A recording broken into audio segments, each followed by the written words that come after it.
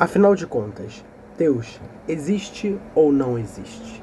Essa é, talvez, ou com certeza, a maior pergunta da filosofia. Porque, dependendo da resposta dela, da existência ou da inexistência dele, todas as outras perguntas filosóficas que existem sofrem uma mudança absoluta e completa. E é graças a isso também que eu concluo que responder se Deus existe ou não deve ser a primeira pergunta feita na filosofia. Que realmente, como disse Aristóteles, se a metafísica é a mãe de todas as ciências, é óbvio que a metafísica, sendo o estudo do que está além da matéria, é óbvio que ela vai chegar a Deus. Portanto, a metafísica sendo o princípio de todas as ciências, a primeira pergunta da metafísica deve ser se Deus existe ou não. Portanto, a metafísica é o princípio, e o princípio dessa metafísica é a pergunta sobre a existência ou da inexistência de Deus. Mas antes de eu responder aqui, começar essa indagação filosófica, vou pedir para que você deixe seu like, se inscreva no canal e compartilhe esse vídeo.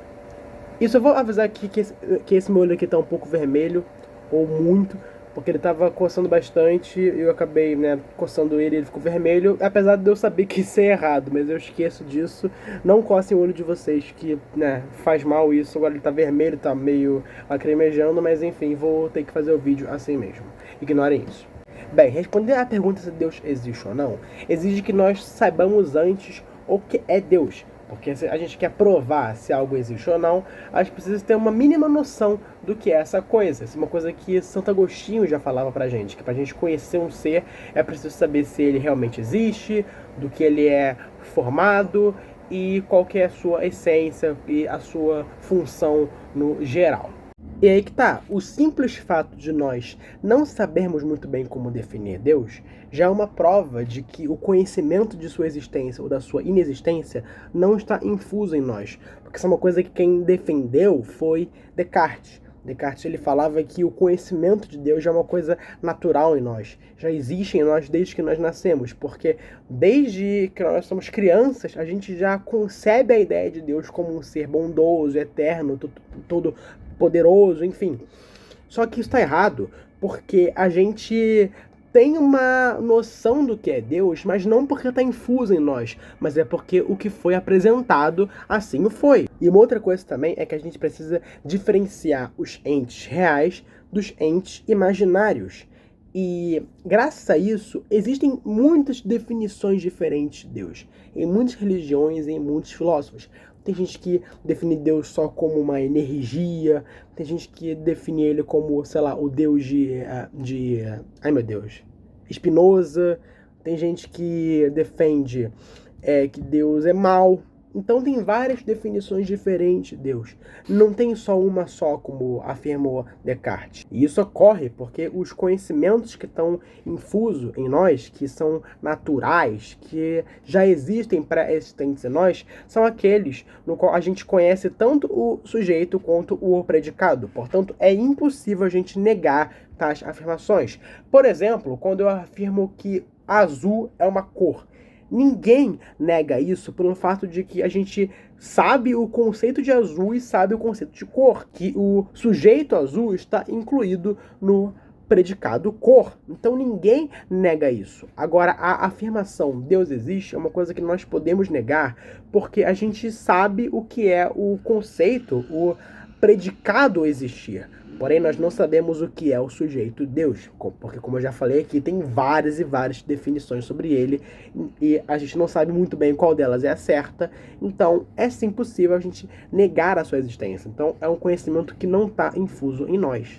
Porém, as três definições mais comuns que você vê acerca de Deus são que ele é o início de tudo, porque, assim, Deus, ele, por definição, é aquele que está acima de nós. É impossível você ver, sei lá, alguma mitologia, religião ou filósofo dizer que Deus está no mesmo nível ou abaixo dos mortais.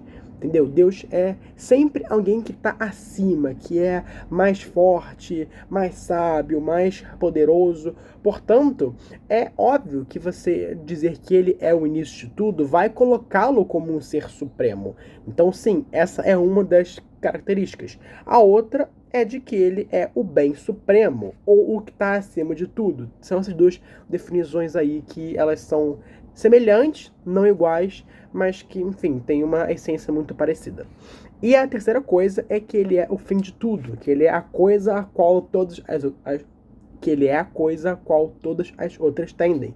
E isso também o coloca acima de tudo, porque faz com que ele seja um ser realizado em si mesmo. Então, essas três definições sobre Deus são as mais comuns, então são as que nós iremos usar aqui.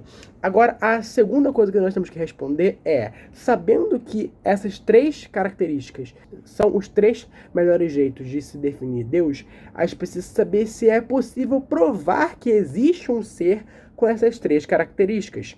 E aí que tá, é sim possível. Por quê? Primeiramente, a gente precisa saber aqui que as ciências, ou elas partem da causa para o efeito, ou do efeito para a causa. Exceto quando se trata da teologia, porque a teologia ela é a única ciência que não usa a razão natural para se descobrir as coisas. Como eu falei no meu vídeo sobre a teologia ser a maior de todas as ciências, ela se opera por revelação divina, pelo Espírito Santo que mostra a verdade acerca de Deus em nós, na nossa alma, que é infusa em nós pela graça. Portanto, a fé ela é superior à razão.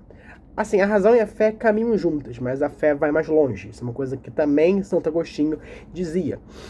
E, bem, sabendo que a teologia é a única ciência que não cabe nessa lei de que ou ela parte das causas para o efeito ou do efeito para a causa, a gente não está falando do conhecimento de Deus teologicamente, mas aquele que parte da razão, porque a nossa missão aqui no vídeo é provar Deus racionalmente, não através da fé, não através da graça, da revelação divina, do magistério da igreja, não, é pela razão, é pela filosofia que iremos provar.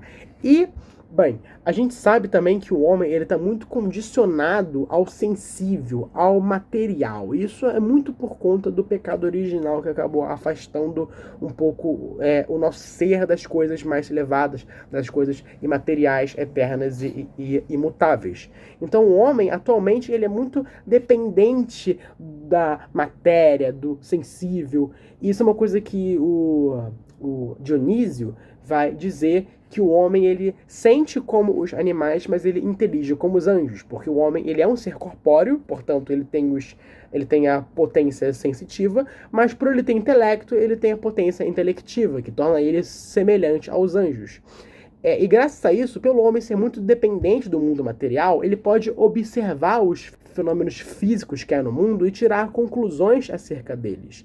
E olhando o mundo, a gente acaba percebendo o fenômeno, ou a lei, da causalidade. A gente vê que uma causa cria um efeito, e desse efeito uma outra causa, outro efeito, e assim vai. E observando isso, a gente vê que dá para retroceder efeito após efeito e causa após causa. E retrocedendo assim, a gente vê que é necessário surgir um primeiro ser, uma primeira causa, um primeiro motor imóvel. Então, a filosofia ela é uma ciência que ela parte dos efeitos para as causas.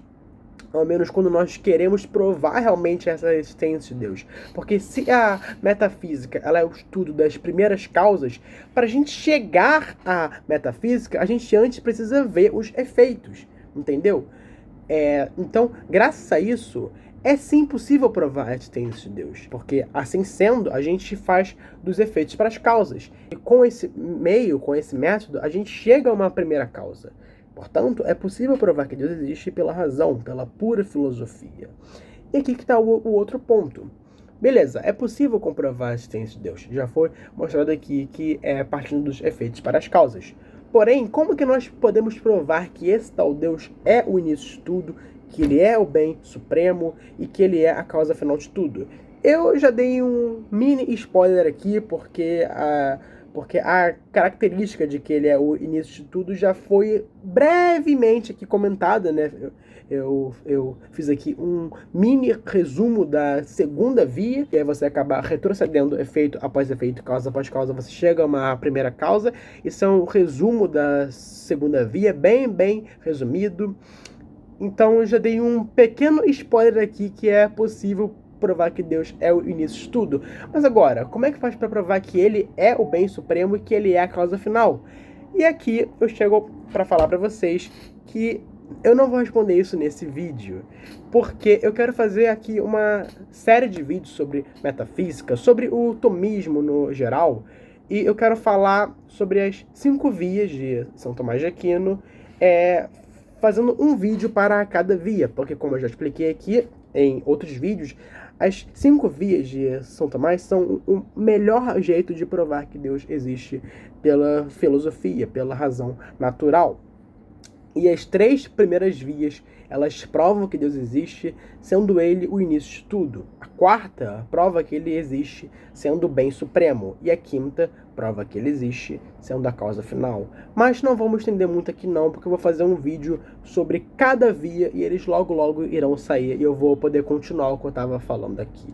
Mas bem, gente, o vídeo foi isso. Espero que vocês tenham gostado. Deixe seu like, se inscreva no canal e compartilhe esse vídeo. Valeu, até o próximo vídeo.